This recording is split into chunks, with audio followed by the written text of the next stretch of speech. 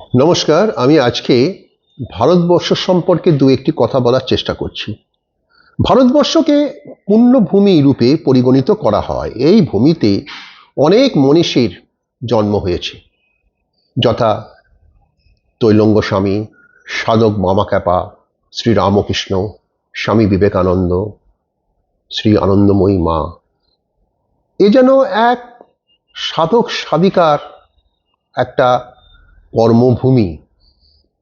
এই জন্মগ্রহণের ফলে, মহাপুরুষদের জন্মগ্রহণের ফলে আধ্যাত্মিক চেতনায় ভারতভূমি সিক্ত হয়েছে।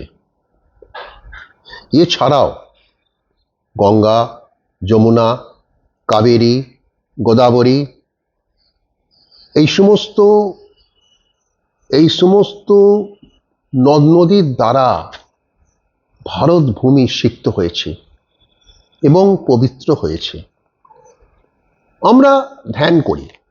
ধ্যানমগ্ন অবস্থায় পঞ্চভূত লীন হলে দিব্যচক্ষুর স্তরে একটা আলোড়ন হয়। এ সম্পর্কে আমি পূর্বে একটা ভিডিও লঞ্চ করেছিলাম। ত্রিনয়ন, এই ত্রিনয়ন যদি জাগ্রত হয়, মানুষ প্রকৃত মানুষ রূপে পরিগণিত হবে। আধ্যাত্মিক চেতনার সূত্রই হলো এই ত্রিনয়ন। এই শক্তি মানুষকে পথ দেখায়। বেকন লাইটার্স যারা আছেন, যারা পথ দেখান, তাদের এই ত্রিনয়ন খুবই শক্তিশালী। দেবতারা ভাবেতে বিদ্যমান থাকেন। যে বস্তু আমরা সচরাচর দেখি তাকে ভাবনা দিয়ে আমরা চিহ্নিত করি। আর বস্তুর গুণাগুণ নির্ধারণ করার জন্য প্রয়োজন কি? নলেজ, জ্ঞান। জ্ঞান না থাকলে আমরা বলতে পারবো না এই বস্তুটা ওই, এটা বলতে পারবো না। কারণ কি?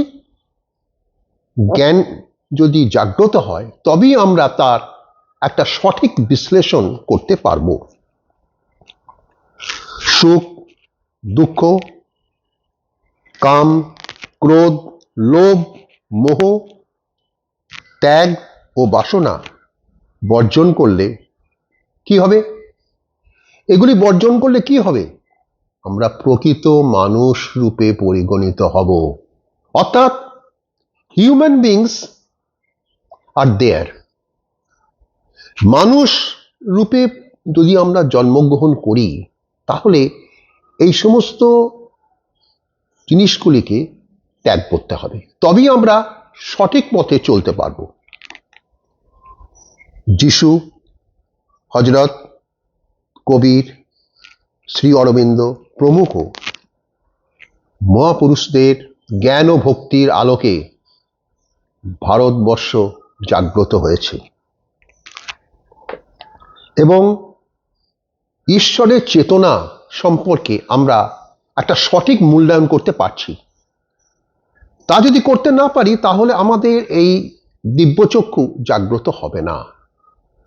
আমার বিভিন্ন ভিডিওতে আমি সবসময় একটা কথা বলেছি যে মানুষের মন হচ্ছে একটা শক্তিশালী বিষয়, যন্ত্ররূপে পরিগণিত হয়েছে এবং তাকে ঠিকভাবে ঠিক জায়গায় রাখতে গেলে আধ্যাত্মিক চেতনার প্রয়োজন। নমস্কার।